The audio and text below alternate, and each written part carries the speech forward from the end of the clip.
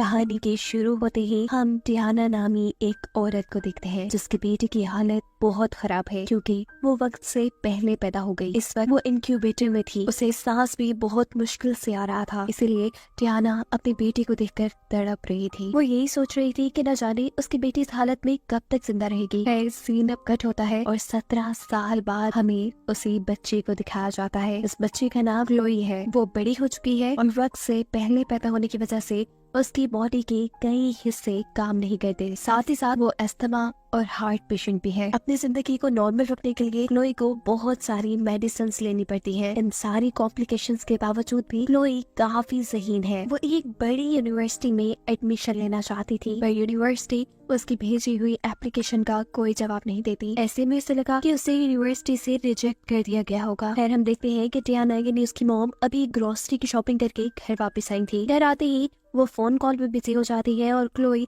जैसे ही grocery bag से chocolates लेने के लिए बैग खोलती है तो उसे इसके अंदर टियाना के नाम पे कुछ टैबलेट्स मिलती है, जिन्हें देखकर वो परेशान हो जाती है क्योंकि उसकी मॉम तो कोई टैबलेट नहीं यूज करती थी। फिर आखिर उन्हें क्या हुआ होगा? रात में अब उसकी मॉम उसे टैबलेट्स देने के लिए आती है। क्लोई नोटिस करती है कि उसे वही टैबलेट दी गई थी जो उसकी मॉम के नाम से आई थी। वो टियाना से पूछती है कि ये टैबलेट्स आपके नाम से क्यों आई थी? तो टियाना जवाब में कहती है शायद ये फार्मा की गलती है। ऐसे में क्लोई चुपचाप वो मेडिसिन ले लेती है। अगली सुबह क्लोई वही मेडिसिन रैक में से निकालती है। इस मेडिसिन को चेक करने पे उसका फॉर्मूला ट्रायोक्सिन लिखा था, लेकिन अजीब बात ये थी कि इस मेडिसिन को किसी और मेडिसिन के रैपर से रैप किया गया था। और ये देखने पर क्लोई को अब अपनी मॉम पे शक होता है।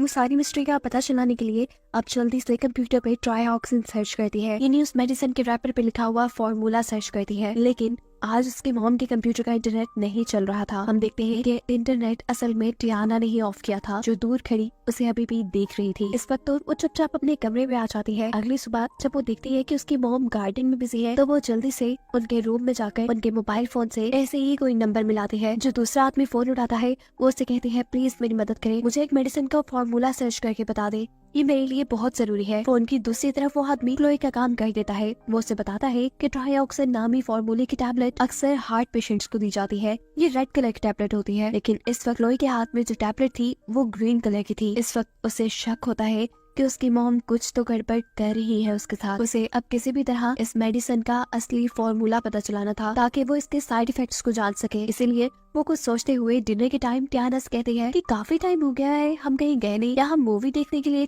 थिएटर जा सकते हैं। टियाना उसे थिएटर ले भी जाते हैं। जब सब मूवी में मगन थे तब क्लोई टियाना से पूछकर वॉशरूम के लिए निकलती है, लेकिन असल में वॉशरूम नहीं जाती बल्कि पास की एक फार्मा कंपनी में चली जाती है। वो एक मेडिसिन फार्मासिस्ट को देते हुए कहती है कि मुझे इसके बारे में पता चलाना है कि आखिर ये किस चीज की टैबलेट है और इसके साइड इफेक्ट क्या है। फार्मा उसे इस मेडिसिन की इन्फॉर्मेशन देने से मना कर देती है क्योंकि ये मेडिसिन उसकी मॉम के नाम पर ली गई थी। यहाँ क्लोई फार्मा से कहती है असल में मैं और मेरी मॉम गेम खेल रही है, उन्होंने मुझे ये टास्क दिया है कि मैं इस मेडिसिन का फॉर्मूला ढूंढ के लाऊं। प्लीज अगर आप मेरी मदद कर देंगी तो मैं जीत जाऊंगी। ये सुनते हुए फॉर्मा उसे सर्च करके बताती है। ये सुनते हुए फॉर्मा उसे मेडिसिन देखकर बताती है कि ये मेडिसिन डॉग्स के लिए इस्तेमाल होती है और अगर कोई इंसान इन मेडिसिन को ले ले तो वो पैरालाइज हो सकता है। ये सुनने के बाद क्लोई बहुत ज्यादा डर चुकी थी क्योंकि उसके घर कोई डॉग नहीं था और बचपन से ही उसे उसकी मॉम ये टैबलेट्स देती आ रही थी। उसे ढूंढते परेशानी और डर में उसे अस्थमा अटैक भी आ चुका था। वो सांस मुश्किल से ले रही थी और इसी टाइम पर टियाना यानी उसकी मॉम भी उसे ढूंढते हुए यहाँ आ चुकी थी। वो उसे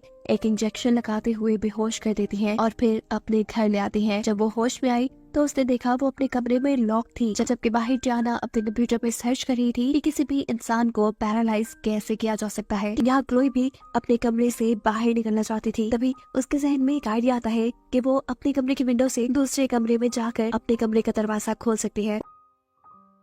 वो हॉट आयरन रॉड लेकर अपने मुंह के अंदर ठंडा पानी भरती है और अपनी खिड़की से बाहर की तरफ जंप कर देती है। मुश्किल से रेंगते हुए वो अपने मॉम के रूम तक पहुंची थी तो उसकी विंडो को सबसे पहले वो आयरन रॉड से गर्म करने के बाद उसके ऊपर ठंडा पानी फेंकती है। ऐसे विंडो के टूटने पे वो इस कमरे में आ चुकी थी। वो इस कमरे से जल्दी से बाहर जाती है और अपने रूम का दरवाजा खोलती है। उसको दोबारा से सांस लेने में मुश्किल हो गई थी। वो यही रूम में रखा हुआ अपना इनहेलर यूज करती है और जल्दी से स्टेयर्स से नीचे आने की कोशिश में लग जाती है, पर देखती है कि अब उसकी लिफ्ट काम नहीं कर रही। लेकिन उसे किसी भी हालत में नीचे जाना था।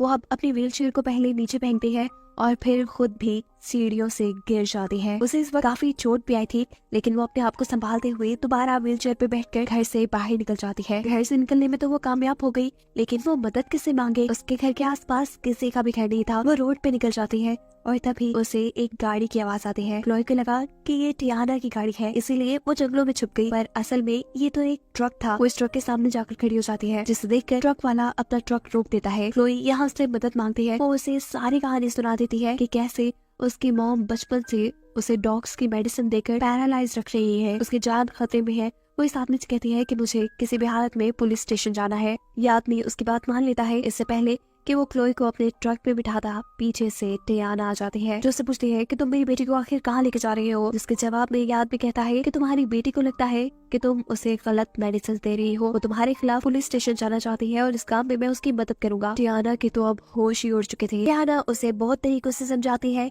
उसे रोकने की बहुत कोशिश करती है, लेकिन जब यह आदमी नहीं रुकता तो मजबूरन टियाना को गलत रास्ता इस्तेमाल करना पड़ता है। और यहाँ पर क्लोई का बेहोश होने वाला इंजेक्शन इस आदमी को लगाकर क्लोई को घर वापस ले जाती है। यानी एक और मर्तबा क्लोई उस खतरनाक जिंदगी में पहुंच चुकी है। टियाना ने क्लोई को अब उसकी बेसमेंट में जंजीरों से बांध के रखा था और यहाँ पर वो एक मेडिसिन भी बना रही थी ताकि वो क्लोई को हमेशा के लिए पैरालाइज्ड कर सके। क्लोई हर हाल में यहाँ से निकलना चाहती थी, इसीलिए वो बेसमेंट के अंदर ही कुछ जरूरी चीजें ढूंढना शुरू करती है, जिसकी मदद से वो यहाँ से निकल सके। इसी दौरान क्लोई को यहाँ पे कुछ इम्पोर्टेंट डॉक्यूमेंट्स भी मिलते हैं, जिसमें उसका यूनिवर्सिटी से आया हुआ ऑफर लेटर भी था, जिसे उसकी मॉम ने यहाँ छुपा लिया था। ये देखकर क्लोई काफी दुखी होती है, क्योंकि ये उसकी जिंदगी का सबसे बड़ा ख्वाब था जो उसकी मॉम ने तोड़ दिया। थोड़ा और ढूंढने पर क्लोई को यहाँ हॉस्पिटल के डॉक्यूमेंट्स भी मिलते हैं, जो उसी के नाम पे थे। उसे डॉक्यूमेंट्स देखने पे पता चलता है कि क्लोई नामी प्रीमैच्योर बच्ची जो आज से 17 साल पहले पैदा हुई थी, वो पैदा होते ही चंद घंटों बाद मारे जा चुकी थी। यहाँ उसका डेथ सर्टिफिकेट भी था। अगर वो बच्ची मारी जा चुकी थी तो क्लोई कौन थी? क्लोई को इन्हीं डॉक्यूमेंट्स में एक न्यूज़पेपर की कटिंग भी मिलती है, जिसमें एक कपल की फोटो थी। वो लोग रो रहे थे क्योंकि जिस दिन जिस हॉस्पिटल के अंदर क्लोई पैदा हुई, उसी दिन उसी हॉस्पिटल के अंदर उनकी भी बेटी पैदा हुई थी, जिसको हॉस्पिटल से ही किसी ने किडनैप कर लिया था। ये खबर देखने के बाद क्लोई जान चाहती है कि टियाना उसकी असली मॉम नहीं, बल्कि उसके असली मॉम डैड ये लोग हैं। वो अब यहाँ से निकलना चाहती है, लेकिन कैसे निकले? सारे रास्ते बंद हैं। इसी दौरान यहाँ पर टियाना भी आ जाती है। क्लोई उसे देखकर घबरा जाती है। उसे कहती है, दूर रहो मुझसे, मैं जान गई हूँ, तुम मेरी मॉम नहीं हो, तुमने मुझे हॉस्पिटल से किडनैप किया था, मैं उस कपल की बेटी हूँ। टियाना ये सारी बातें सुनकर इमोशनल हो जाती है। वो क्लोई से कहती है, तुम मेरा यकीन मानो, तुम मेरी बेटी हो, मैं तुमसे बहुत प्यार करती हूँ, मैं आज के बाद तुम्हें ऐसी कोई मेडिसिन नहीं दूंगी, बस मैं चाहती हूँ कि तुम हमेशा मेरे पास रहो। लेकिन क्लोई यहाँ दोबारा टियाना के साथ बदतमीजी करती है, तो टियाना को भी अब गुस्सा आ जाता है। वो अब बड़े से इंजेक्शन में क्लोई को पैरालाइज करने के लिए अपनी बनाई हुई मेडिसिन भरती है। अपने आप को बचाने के लिए क्लोई वहां से घसरते हुए एक वार्डरोब में चली जाती है। उसे वार्डरोब तो लॉक नहीं हो पाती। वो अपने आप को बचाने के लिए यहाँ पे एक लिक्विड पी लेती है, जिससे वो बेहोश हो चुकी थी। टियाना को लगा वो मर गई और ये सोचते ही टियाना की हालत खराब हो गई थी। वो बहुत ज्यादा रो रही थी, क्योंकि वो सच में क्लोई को अपनी बेटी मानती थी। वो क्लोई को अपने से दूर भेजना नहीं चाहती थी और वो क्लोई को पैरालाइज होने वाली भी मेडिसिन इसलिए दिया करती थी कि कहीं वो अपने असल पेरेंट्स के पास ना चली जाए। अब क्लोई को जब होश आया तो उसने अपने आप को हॉस्पिटल में पाया। उसके इर्द गिर्द डॉक्टर्स थे और उसके स्टमक को साफ किया जा रहा था। वो रूम से बाहर देखती है तो वहाँ टियाना खड़ी थी, यानी वही उसे हॉस्पिटल लेकर आई होगी। उसे देखकर वो दोबारा से डर जाती है और पास खड़ी नर्स को बुलाती है। वो उसे इशारे से एक पेन और एक पेपर मांगती है, जिस पर वो नर्स को कुछ लिख कर बताना चाहती थी, और ये चीज बाहर टियाना भी देख लेती है। टियाना जानती थी कि क्लोई नर्स को उसी के बारे में बताएगी, इसीलिए वो वक्त रहते ही हॉस्पिटल का इमरजेंसी अलार्म बजा देती है। हॉस्पिटल में अफरा तफरी मच जाती है और इसी का फायदा उठाते हुए वो यहाँ से क्लोई को लेकर भाग जाते हैं। अब जैसे ही नर्स रूम में आई तो उसने देखा कि क्लोई वहाँ थी ही नहीं, क्योंकि क्लोई ने उसे पेन और पेपर भी मांगा था कुछ बताने के लिए। तो नर्स का सीधा शक अब उसकी मॉम पे जा रहा था। वो जल्दी से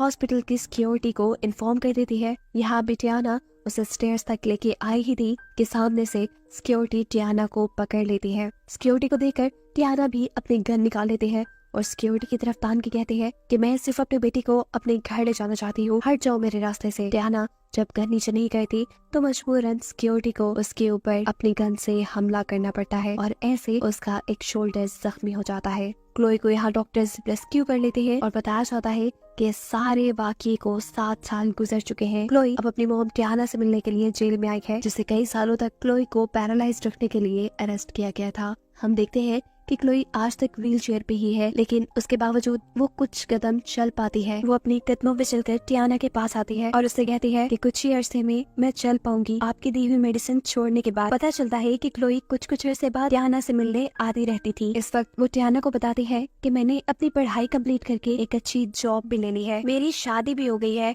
और मैंने अपने असली पेरेंट्स को भी ढूंढ लिया है। डियाना बस खामोशी से उसकी बात सुनती जा रही थी। इसके बाद हम देखते हैं कि क्लोई अपने मुंह के अंदर से कुछ रैप की हुई टैबलेट्स निकालती है, वही टैबलेट्स जो जिंदगी भर डियाना उसे पैरालाइज रखने के लिए देती रही। और अब ये मेडिसिन क्लोई उसके मुंह में डाल रही थी। साफ जाहिर था कि वो डियाना से अपना बदला ले रही है और वो नहीं चाहती कि कभी भी डियाना इस जेल से बाहर आए, जिसे अब दिखाते हुए ये कहानी यहाँ खत्म हो जाती है।